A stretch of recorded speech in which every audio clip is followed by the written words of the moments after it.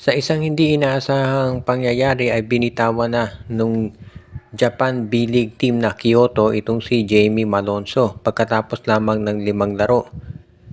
Matagal-tagal multi-year contract ang pinirmahan nito si Malonzo pero binitawan na pagkatapos itong mag-average lamang ng 1 point at ng 1 rebound dito sa kanilang laban.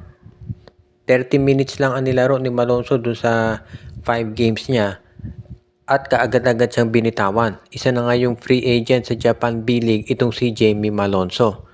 Maraming mga fans ang nagtatanong ngayon kung ito kaya si Malonzo ay pwede pang bumalik dito sa PBA at maglaro sa Barangay Ginebra. Malabo nang bumalik itong si Malonzo. Unang-una, itong si Jamie Malonzo hindi makababalik sa PBA dahil ito'y sakop na nung 3-year ban na inimpose ng liga doon sa mga players na maglalaro overseas kahit may kontrata pa.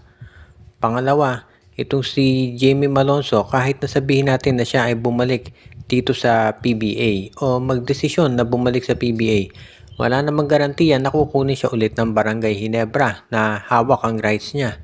Nakita na natin nung hindi naging maganda yung parting of ways ni Stan Hardinger at ito si Greg Slaughter sa Ginebra, hindi na to nakabalik dito sa Ginebra. I doubt kukunin pa ng Ginebra yan. At syempre kung ikaw ang PBA team, kukunin mo pa rin ba itong si Jamie Malonzo? Knowing na ganyan nga ginawa, paano kung may mag-offer ulit yan sa ibayong dagat, baka iwanan ka na naman. So yan ngayon yung nakikita natin na naging sabihin sitwasyon dito kay Malonzo. So para doon sa mga nagtatanong kung ito makababalik sa PBA, hindi siya makababalik dahil covered siya nung ban. Kaya nga ngayon mukhang ganyan ang magiging sitwasyon talaga at abangan na lang natin kung may iba pang Japan B-League team o kaya sa Taiwan na maglalaro itong si Jamie Malonzo.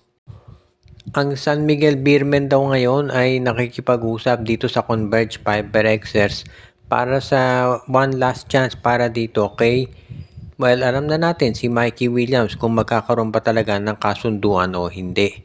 Susubukan daw ulit ng Converge Fiberxers na i-offer itong si Mikey dito sa San Miguel Beermen dahil parang yan na lang daw talaga ang option para sabihin na natin matapos yung kwento nitong si Mikey. Ang nangyari nga kasi yung problema ng TNT kay Mikey Williams na lipat dito sa Converge Fiberxers. Kaya pinag-aaralan daw mabuti ngayon ditong Converge Fiberxers kung ano ang pwede nilang gawin pagdating dito sa pag-o-offer kay Mikey Williams sa San Miguel.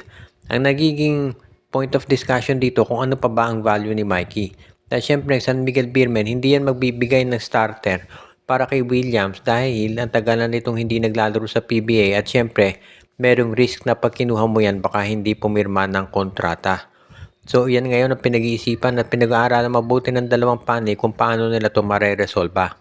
At kung sakasakali nga na matuloy nga itong ganitong sitwasyon, sa tingin ko magiging maganda naman to para dito sa San Miguel Beermen kung makuha nila si Mikey dahil magkakaroon sila ng isa pang scorer.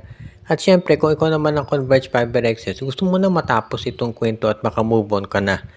Ngayon, mas maganda siguro para sa Converge tanggapin na kung sino man ang i-offer nitong si San Miguel Beermen para dito kay Mikey Williams. Kasi kaysa naman doon sa sitwasyon ngayon na wala silang nakukuha ng kahit sino. Kaya yan ang magiging maganda para dito sa line-up ng Converge Fiberxers at pati na rin San Miguel para maayos na sa wakas yung kwento nitong kay Mikey Williams. At kung sakasakali nga na mangyari yan, magiging mas maganda ang kalalabasan nito para dito sa dalawang kampo ngayon na sa PBA. Inamin ni Paulo Bugia, yung team manager ng Phoenix Football Masters, na nag-uusap na raw sila para sa isang possible na pagbabalik nitong si Matthew. Ayon dito sa Phoenix, si Wright mismo ang tumawag sa kanila at gustong makausap yung mga big boss ng Phoenix para sa isang possible na return. Kung hindi nyo pa natatandaan o nababalitaan, itong si Matthew Wright ay bumalik na dito sa Pilipinas at nag-express ng interest na maglaro muli dito sa PBA. Si Matthew Wright ilang taon niya naglaro dito sa Japan B-League pero ngayon ay gusto na raw bumalik dito at siguro dito niya tapusin yung kanyang karera.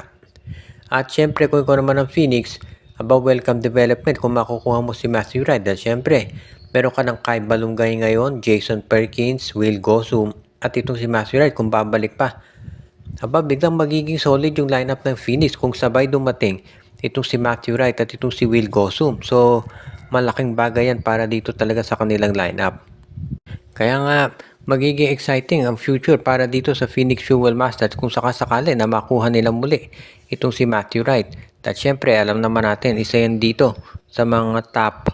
Yes, dito sa PBA bago siya nagpunta sa Japan B-League at magiging mas exciting ang PBA kung sakasakali nga na itong si Matthew Wright ay bumalik at maglaro muli. Kaya nga, abangan natin kung anong magiging takbo ng negosasyon nitong si Matthew Wright pati na nitong Phoenix Fuel Masters at kung magiging maayos yan, sabahan makakasisiguro tayo na maganda kalalabasan nito para dito sa Phoenix lalo na ngayon at naghanap sila ng iba pang mga additional scorers na pwedeng maibigay para dito sa kanilang roster lalo na at gusto nilang masiguro na makapapasok na sila dito sa playoffs dahil yan talaga ang goal ng Phoenix ngayon.